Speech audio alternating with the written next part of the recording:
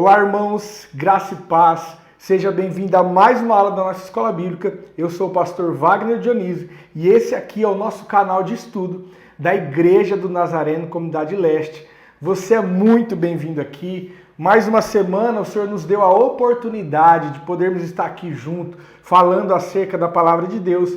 Você que já nos acompanha sabe que nós estamos trabalhando o tema Panorama Bíblico, né? Então, hoje nós vamos falar sobre o 21º livro da Bíblia, que é Eclesiastes. Nós estamos na 16ª aula. Quero já te pedir, se você não é inscrito, se inscreva no nosso canal para você receber sempre a notificação dos nossos vídeos. E compartilha também esse vídeo com alguém, tá bom? E deixa aí, não esquece de deixar o seu comentário sobre a aula. Lembrando que hoje nós vamos fazer o sorteio da caneca. Lembra a caneca de vocês que comentaram aí na aula passada? Nós vamos fazer então o sorteio da caneca e também vamos sortear na próxima semana mais uma caneca. Então são duas canecas, uma nós vamos sortear hoje e a outra caneca nós vamos sortear semana que vem para você que deixar o seu comentário aí.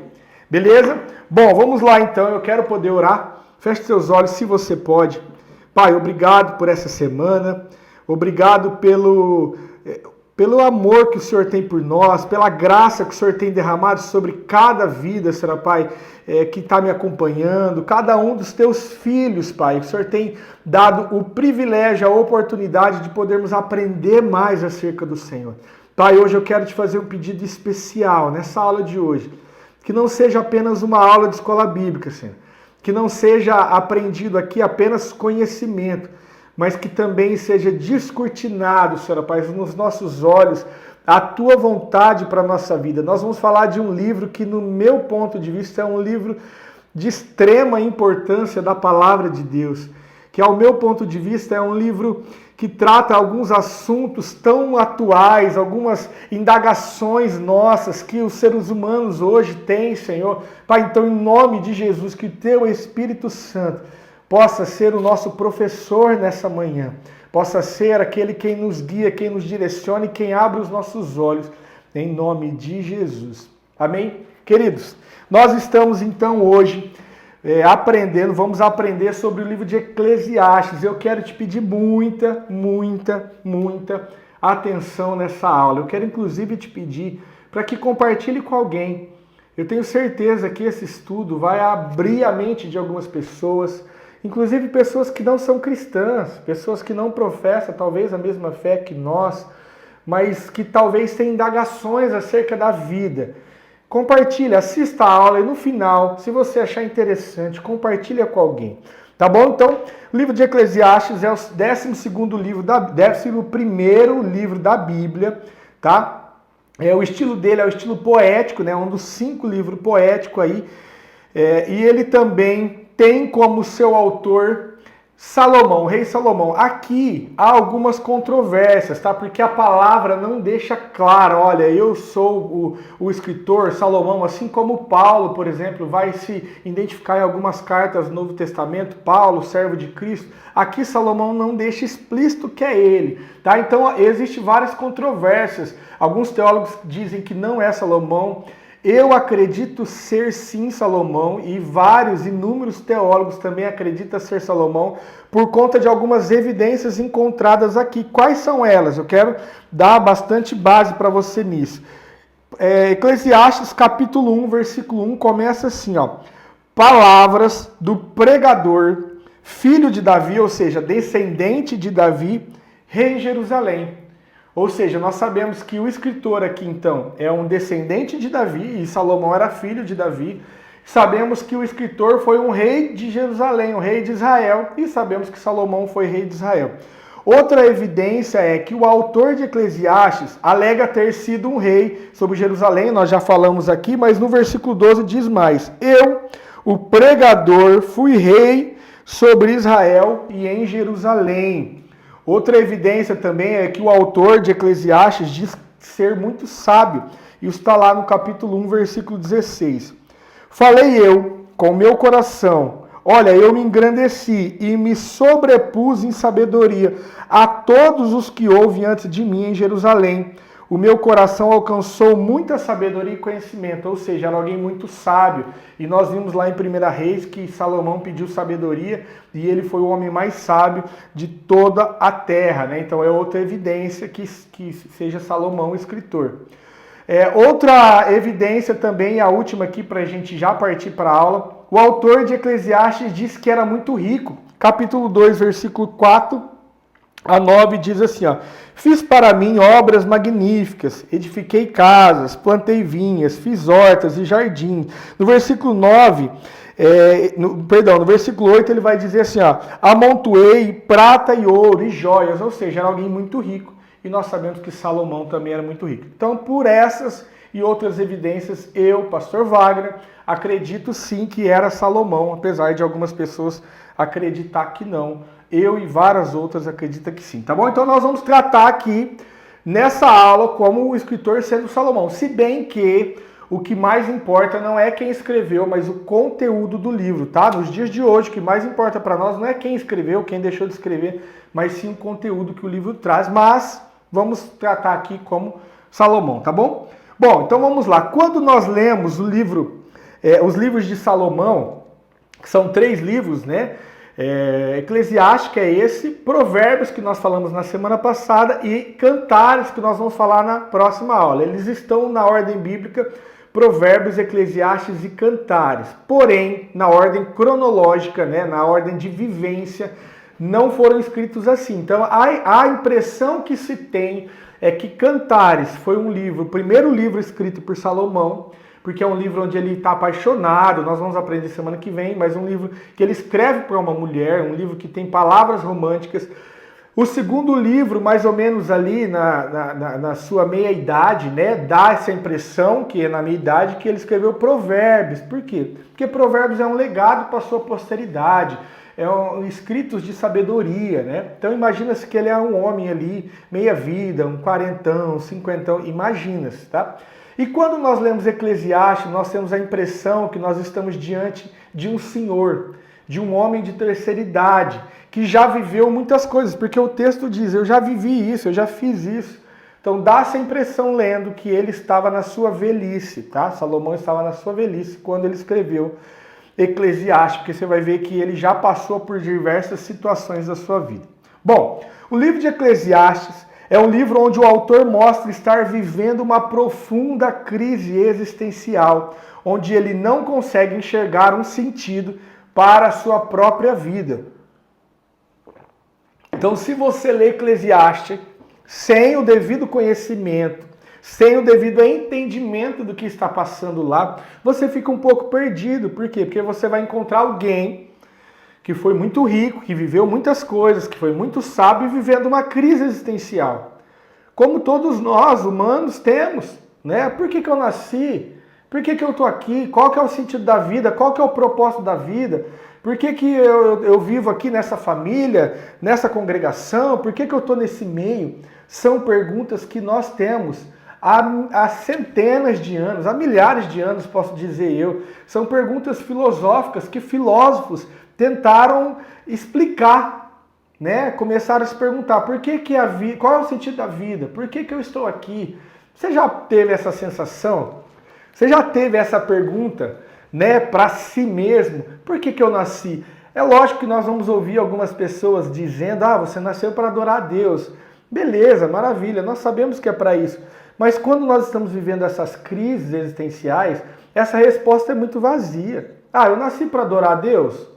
Beleza, eu nasci para adorar a Deus, mas e o propósito meu? Porque nascer para adorar a Deus, todos os homens nasceram, né? O propósito principal do ser humano. Mas e o meu propósito, pastor Wagner? Eu estou aqui para quê? Porque nós sabemos que uma cadeira, por exemplo, foi criada com o propósito de nós nos assentarmos. Nós sabemos que, por exemplo, um instrumento foi criado com o propósito de tocarmos. Mas e eu? Fui criado com qual propósito? Qual é o meu chamado? Para que eu estou aqui? Então, o capítulo 1 já começa dizendo que tudo é uma grande inutilidade. Olha só a crise que aqui o pregador, né, porque ele se intitula como pregador, professor, ele está vivendo. Nada faz sentido. Em algumas traduções, a Bíblia vai dizer que tudo é vaidade. Olha só como começa. Eu estou com 2 Bíblias aqui, tá? Para me apoiar nesse estudo. Uma numa tradução, outra na outra. Olha só como ele começa, versículo 1. Capítulo 1, versículo 1. Palavras do pregador, filho de Davi, rei em Jerusalém. Vaidade de vaidade, diz o pregador. Vaidade de vaidade. Tudo é vaidade. Eu não gosto muito dessa palavra vaidade, tá? Apesar da maioria das traduções bíblicas hoje estar com essa palavra, mas eu não gosto. Então eu fui pesquisar no original. O original, a palavra que ele usa é hevel. Vou colocar escrito aqui, ó. Então a palavra que ele usa é hevel, né? Tudo é hevel. Hevel, tudo é, diz o pregador. Tudo é hevel, ou seja, hevel é fumaça, é vapor. É algo que não tem sentido. É fumaça. Acho que a melhor tradução para a gente dar nessa aula aqui é fumaça, tá? Então ele diz, olha, tudo é fumaça, tudo é vão. Tudo na vida é vão. Falta de significado, não tem sentido, não tem propósito nenhum. Então ele começa dizendo, a vida é vã. A vida não tem propósito. A vida é uma fumaça. Quando eu tento descobrir qual é a razão e o significado da minha vida, olhando apenas para a natureza do mundo, parece que a vida é um absurdo. Não tem sentido nenhum, não há nada de novo, tudo já aconteceu, tudo se repete. Então ele começa assim, ó, que proveito tem o homem de todo o trabalho que faz debaixo do sol? Uma geração vai e a outra vem, mas a terra permanece para sempre. Nasce o sol, põe-se o sol, volta tudo de onde nasceu, o vento vai para o sul e faz o seu giro para o norte. Continuamente vai girando o vento e volta fazendo os seus circuitos. Ou seja, ele está dizendo, nada muda. É tudo igual. Nós passamos pelos mesmos desafios que os nossos antepassados passaram. Você vive hoje, daqui a pouco a sua vida já não existe mais, ninguém mais se lembra de você, assim como você não se lembra. Tenta lembrar aí qual que é o nome do pai do seu bisavô, do pai do seu avô. Dificilmente você vai saber. Vai passar alguns anos e os seus bisnetos, tataranetos, nem vão saber quem é você. Então é isso que ele está dizendo. Olha, eu me empenhei em olhar para a natureza. Capítulo 1 ele está dizendo isso. E tentar achar qual o propósito do homem. Eu não consegui entender. O pregador aqui estava vivendo uma profunda angústia, procurando uma razão para viver, querendo encontrar o seu propósito. Talvez você viva isso hoje. Talvez você já se fez essa pergunta, né? Uma pergunta bem fundamental. Por que eu existo? Para que eu estou aqui? No versículo 12, aqui desse capítulo 1, o pregador ele diz que se aplicou em ir atrás do conhecimento. Olha só, eu, o pregador, fui rei sobre Jerusalém. Apliquei o meu coração a esquadrinhar e a mim a informar-me com sabedoria de tudo o que acontece debaixo do sol, debaixo do céu. Que enfadonha ocupação Deus deu aos filhos do homem para nela se afligir. Ou seja, é tudo igual. Você precisa acordar, você precisa trabalhar. A noite escurece, você dorme. No outro dia você precisa trabalhar de novo. Você fica velho, você é jovem, você fica moço, você fica velho e a vida é a mesma para todo mundo. Por que nós estamos aqui nesse ciclo que o vento vai para lá e o vento volta? Que vida é essa? Que absurdo é esse? Então observa que ele estuda, ele pesquisa, procura ele chegar a alguma conclusão e ele chega à conclusão que também nem a natureza explica o porquê que nós estamos aqui e nem o conhecimento também explica. Que ele diz assim, ó, no 13, apliquei o meu coração a esquadrinhar, a informar-me com sabedoria. E aí você vai ver nos próximos versículos que ele diz, e tudo isso é hevel. É a vaidade, é a aflição de espírito. Ou seja, eu não consegui chegar a conclusão nenhuma. Então, no capítulo 1, ele coloca a sua expectativa, ele dedica a sua vida em conhecer debaixo do sol por que nós existimos. E aí no capítulo 2, então, ele faz um novo teste. No capítulo 2, o autor diz que buscou nos prazeres desse mundo e encontrar significado da sua vida. Olha só o que diz o capítulo 2. Deixa eu pegar essa tradução aqui, ó. Olha só o capítulo 2, versículo 2.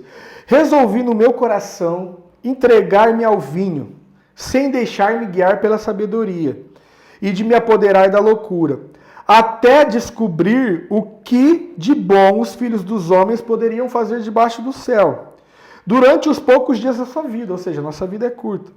Empreendi-me em grandes obras, construí casas, plantei vinhas para mim, fiz jardins e pomares para mim. No versículo 7 vai dizer, comprei escravos e escravas. No versículo 8, amontoei também para mim prata e ouro e tesouros dos reis e de províncias. Ele está dizendo assim, olha, eu decidi me entregar aos prazeres, dormi com várias mulheres, fiz tudo que meu coração pedia para mim fazer. No versículo 10 do capítulo 2 diz assim, ó, tudo que desejavam os meus olhos, não me neguei.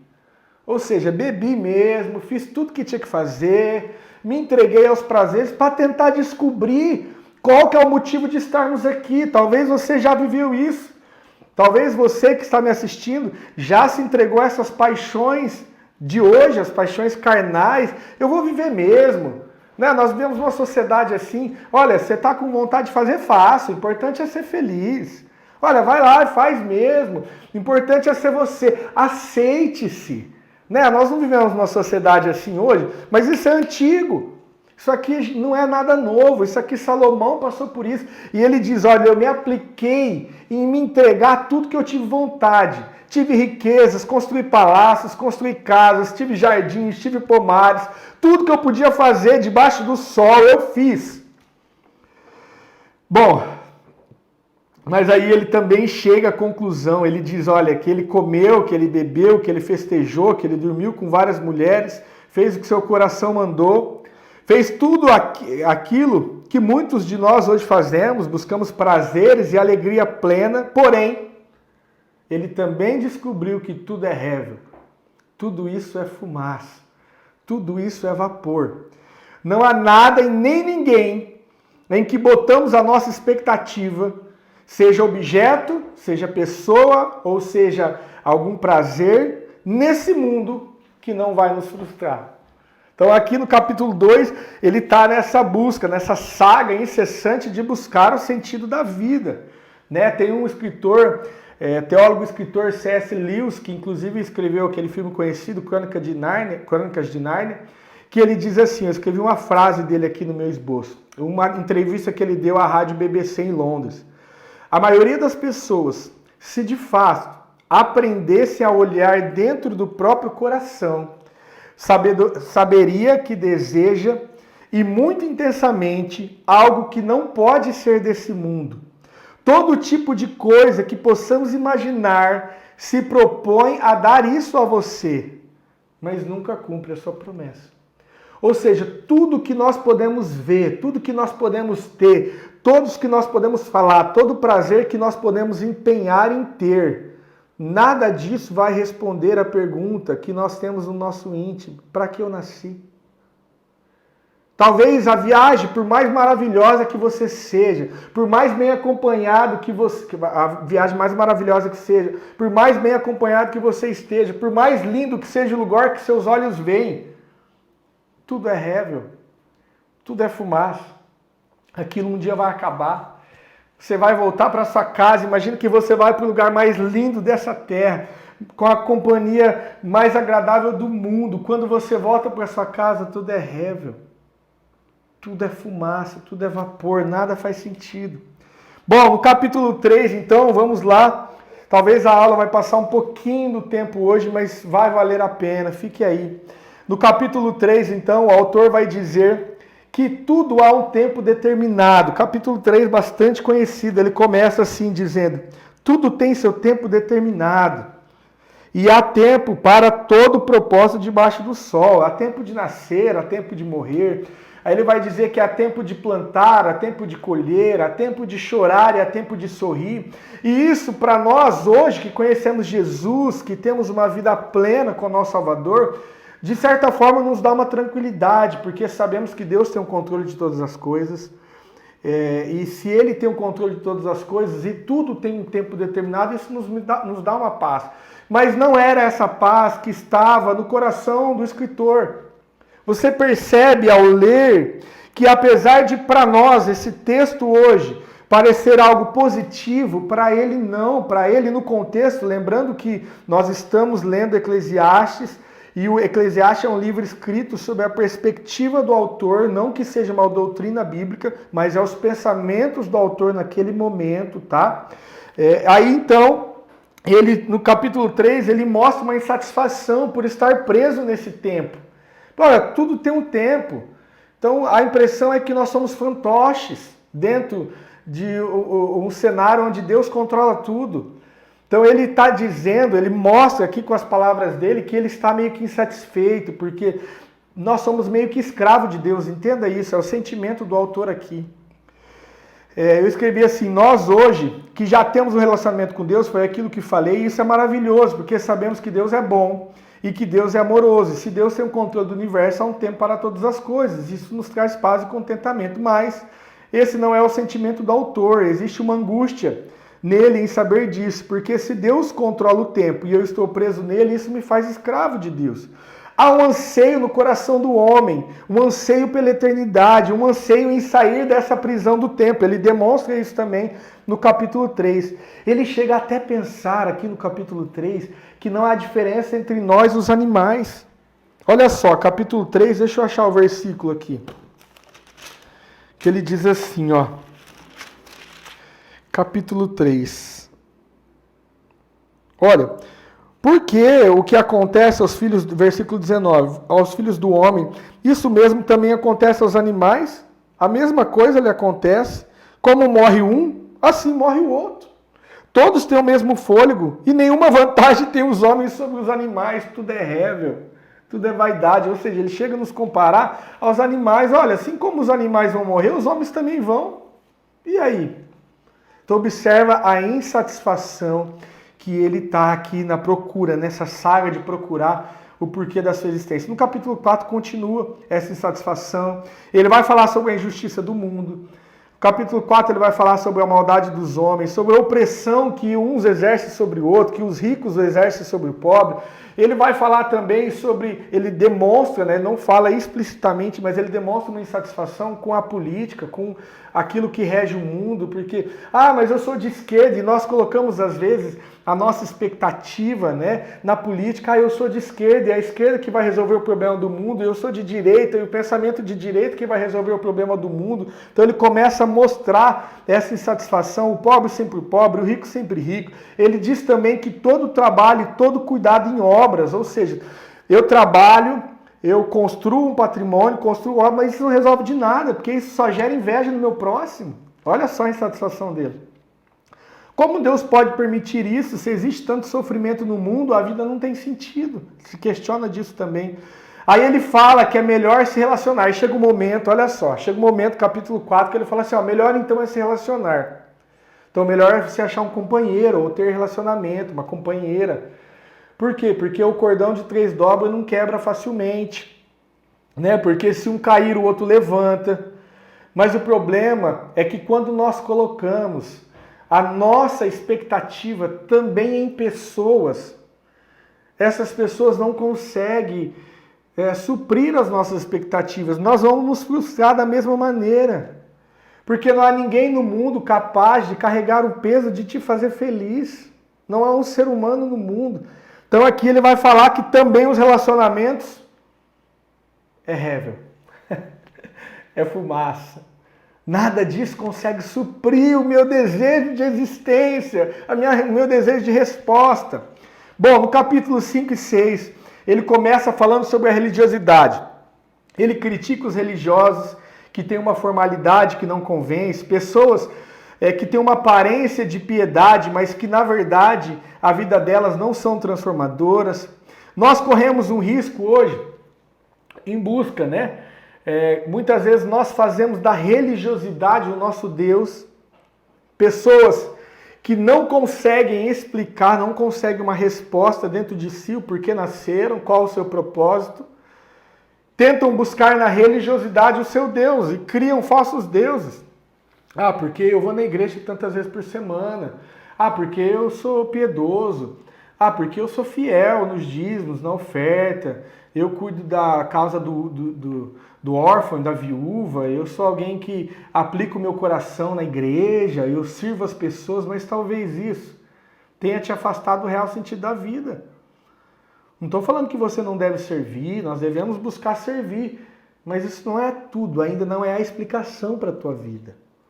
Entende? Como algumas pessoas buscam na religiosidade, na religião, na igreja, respostas. Ah, então eu nasci para isso. Não, você não nasceu para isso. Isso faz parte de alguém que nasceu de novo. Isso faz parte, servir ao outro, servir a tua comunidade, servir a tua igreja. Faz parte de alguém que já entendeu por que nasceu. Mas não que isso é a resposta do porquê você está aqui. Então, a religiosidade também não traz resposta. A gente achar que no muito fazer, né, a realização e a satisfação que encontramos em Deus, eu vou fazer algo para a igreja, eu vou encontrar a realização. Por isso as igrejas estão lotadas de pessoas superúteis, eu escrevi isso aqui, que trabalham pra caramba, que fazem eventos, que servem, mas que no fundo não se sentem aceitas. Porque a religião também não é capaz de responder essa pergunta, por que você nasceu? E agora o pregador vai falar sobre as pessoas que buscam significado na vida através do dinheiro. A Bíblia deixa muito claro que podemos fazer do dinheiro um próprio Deus. Colocamos a nossa expectativa, a nossa esperança de felicidade. O autor diz que quanto mais temos, mais queremos. Quanto mais ganhamos, mais gastamos. O dinheiro se transforma em um falso Deus que nos promete tudo, mas que não é capaz de cumprir nada, porque o dinheiro também é rével, é fumaça, é vapor, é vão. Aqui observa que ele não está falando mal do dinheiro. Olha, você não pode ter dinheiro, não. O problema é quando nós invertermos o papel, né? O problema é quando nossos amores estão desorganizados. E nós confiamos mais no dinheiro do que em Deus. Quando a nossa confiança... porque aí eu começo a imaginar, não, se eu tiver dinheiro, eu sou feliz. Nossa, se eu tiver dinheiro, eu vou ter tal carro, tal casa, tal viagem, eu vou poder fazer isso, eu vou poder fazer aquilo, eu vou poder ajudar as pessoas. Nós não falamos isso muitas vezes? Mas isso é vago, isso é rével, isso não vai trazer para você o significado. Isso é tão verdade que encontra alguém que tem muito dinheiro e pergunta para ela qual que é o significado da tua vida, ela também não vai saber responder se ela não tiver uma vida com Deus. Porque isso também é fumaça. Estamos caminhando para o fim, tá, querido? No versículo 7 e 8, ele continua na sua corrida em busca de uma explicação para a vida. E agora, ele vai propor uma sabedoria provisória, uma maneira de viver a vida melhor. Então ele diz assim, ó, já que não tem sentido a vida, já que tudo que eu fiz, né, a riqueza não me trouxe resposta, os relacionamentos não me trouxe resposta, a religiosidade não me trouxe resposta, tudo que eu fiz, o mundo, a natureza não me trouxe resposta, então vamos nos contentar com uma sabedoria provisória. Ou seja, teme a Deus, respeita as autoridades, ele vai dizer aqui, ele vai dizer que é melhor ir na casa do luto, na casa onde há velório, do que numa festa, porque você sai da casa onde há velório pensando na vida. Então ele vai meio que nos oferecer uma sabedoria utilitária, sabe? Aquela sabedoria que eu posso usar. Não, por que eu vou respeitar a autoridade? Porque para mim não ter problema, né? Para mim viver melhor. Já que eu não consigo descobrir qual é o objetivo da vida, então que eu viva a vida de uma forma boa, que eu coma bem, que eu viva bem, que eu use essa sabedoria. E ele começa dizendo que é melhor, aqui nós já falamos, um funeral do que uma festa. Ele diz que é melhor o que chora do que o que sorri. Ele olha para tudo que há de errado no mundo e diz, vamos aproveitar a vida. Vamos fazer ela da melhor maneira possível. Afinal, todos nós somos pecadores. Todos nós somos corruptos. Não se assuste com a maldade do mundo, ele diz aqui também. Ele nos dá alguns conselhos de sabedoria, né? Uma sabedoria utilitária, para que vivamos de uma forma mais confortável, já que não existe sentido para a vida. Ele diz respeite à autoridade, que eu já falei. Olha, pense na sua velhice. né? Ele está querendo dizer aqui, assim, pense na sua velhice, receba uma boa aposentadoria, não se preocupe com os problemas dos outros. No final do capítulo 8, ele diz que o problema é que tudo isso ainda não traz satisfação e não explica o real sentido da vida. Cara, esse homem aqui, né, que acredito ser Salomão, estava numa crise profunda, que talvez aí você já vivemos. Talvez há alguns que me assistem que até hoje vivem essa crise, que não conseguiram identificar. Agora, no capítulo 9, 10 e 11, ele continua com mais do mesmo. Sempre a mesma busca, né? Em tudo que ele buscou o sentido para a vida, ele não encontrou. Nos prazeres, na riqueza, na sabedoria, é mais do mesmo. E ele chega à mesma conclusão. Olha, quer saber? A vida não faz sentido mesmo. Então aproveite a vida. Coma bem, seja feliz. A morte é certa para todo mundo. Os mortos não se lembram nada.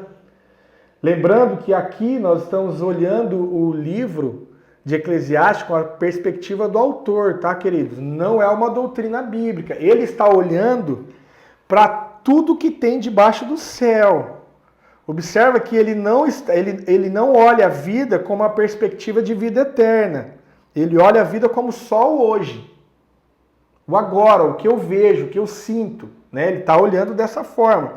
Durante todo o livro de Eclesiastes, nós vimos um homem desesperado, angustiado, porque não consegue encontrar o real sentido da vida. Vivemos em um mundo assim. Quantos de nós, né, pessoas talvez do nosso lado, vive dessa maneira? Querido, nós já passamos de 30 minutos de aula, mas dentro de mais 5 minutos eu encerro.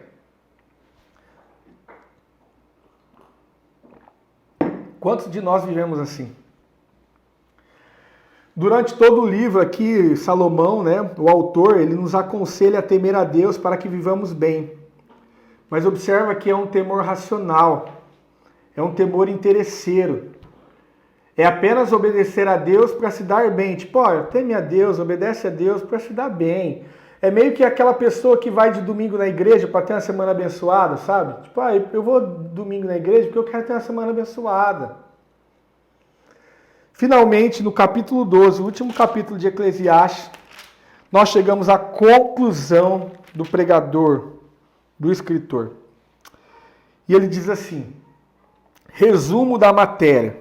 No versículo 13, está dizendo assim, de tudo que se tem ouvido, a conclusão é, teme a Deus e guarda os seus mandamentos. Por isso, é todo o dever do homem.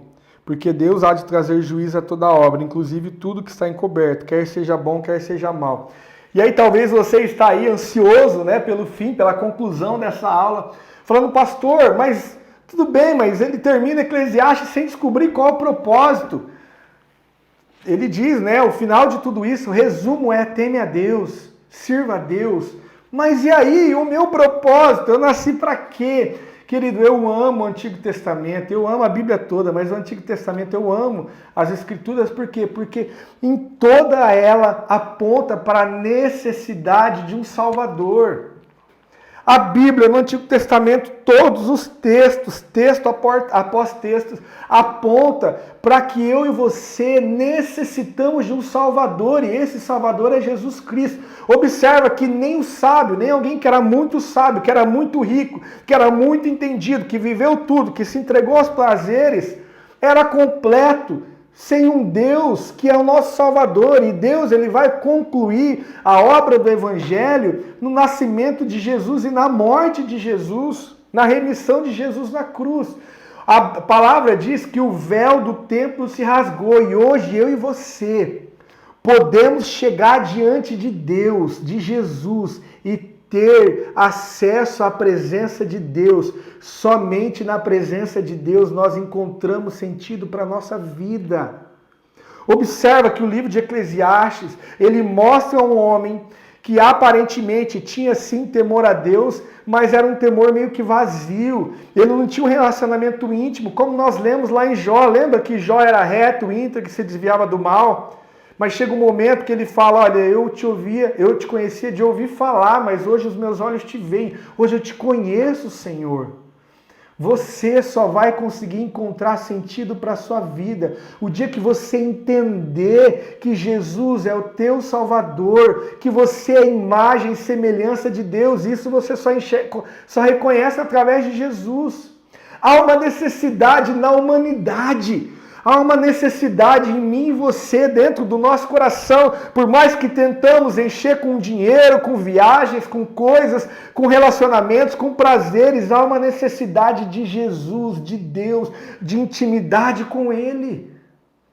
Ah, mas eu tenho Deus, eu vou na igreja, mas você tem intimidade, você tem relacionamento, você ouve Ele, você fala com Ele, você passa os seus dias com Ele.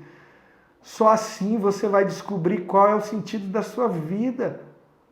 Observa que Eclesiastes é necessário que ele esteja aqui na Bíblia, para que nós enxergarmos que nada debaixo do sol, nada nessa vida terrena, nem as riquezas, nem os prazeres, nada pode te satisfazer a não ser a presença de Jesus. Há um vazio no seu coração que é do tamanho da mão de Deus, só pode ser preenchida pela mão de Deus. Nós vemos aqui alguém que tinha de tudo. 1000 mulheres, muitos relacionamentos, influenciava reis e rainhas, sair de outros lugares da terra para vir conhecê-lo. E ele chega na velhice e ele diz, rével, vaidade, vapor, fumaça, tudo isso é vapor. A única coisa que vai ficar é o meu relacionamento com Deus, que isso não vai se basear apenas nessa vida, mas na vida eterna. Há um texto bíblico no Novo Testamento que vai dizer assim, Paulo vai dizer que se a sua esperança em Deus está apenas nessa vida, você é o mais infeliz dos homens. Que a nossa expectativa precisa estar na eternidade. Nós nascemos para ir morar com Deus. Nós nascemos para ser bons filhos aqui, para servir uns aos outros, para amar uns aos outros, para ajudar o evangelho chegar às outras pessoas e para morar no céu por toda a eternidade. Esse é o nosso propósito de vida, queridos. Amém?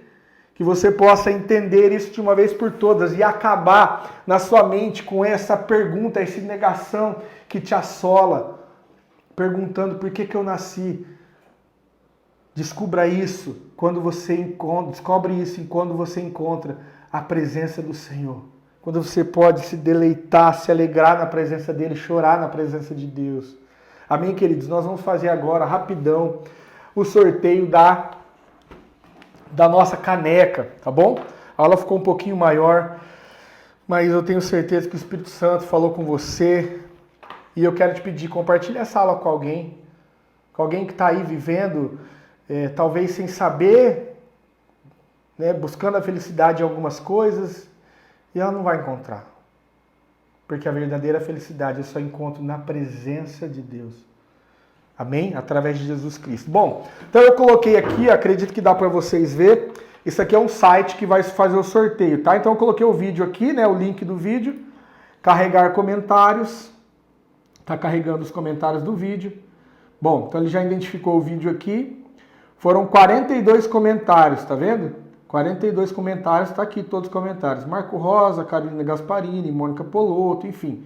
Todas as pessoas que comentaram estão aqui. Lógico, quem comentou mais tem mais chance de ganhar, né? Então tem pessoas que comentou 2, 3 vezes. Então vamos lá, vamos começar o sorteio. Eu vou clicar aqui e ele vai sortear a pessoa que vai ganhar a caneca. Tá lá a contagem regressiva. Vai aparecer o nome do ganhador.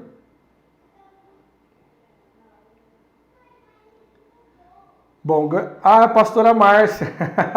Pastora Márcia que ganhou a caneca. Pastora Márcia Pacheco, o comentário dela foi: eu quero, um coraçãozinho e uma carinha de feliz, eu quero. Então, pastora, a senhora ganhou a caneca. Eu vou durante essa semana te entregar. Não se esqueça que na próxima semana nós vamos sortear mais uma caneca. São 2 que eu tenho prontas. E nós vamos sortear mais uma, então deixe seu comentário. Quanto mais comentário você deixar, mais chance você tem de ganhar. Amém, querido? Compartilhe esse vídeo. Curte aí também, se você gostou, deixe seu comentário. Eu quero orar. Pai, obrigado por essa palavra, Senhor. Obrigado por esse livro. Obrigado porque o Senhor usou um homem, Senhor, para passar, para sofrer todas aquelas indagações que hoje nós temos, que nós também sofremos, as angústias em busca de algo, Senhor Pai, que nós não encontramos aqui na terra. Mas o Senhor deixou ele como exemplo para dizer, olha, não há nada que você faça, não há nada debaixo do sol que vai preencher a sua vida, que vai trazer sentido para a sua vida, a não ser a presença de Deus. Pai, então obrigado por isso, obrigado por nos ensinar, que o Teu Espírito Santo possa, Senhor Pai, testificar no coração de cada um agora.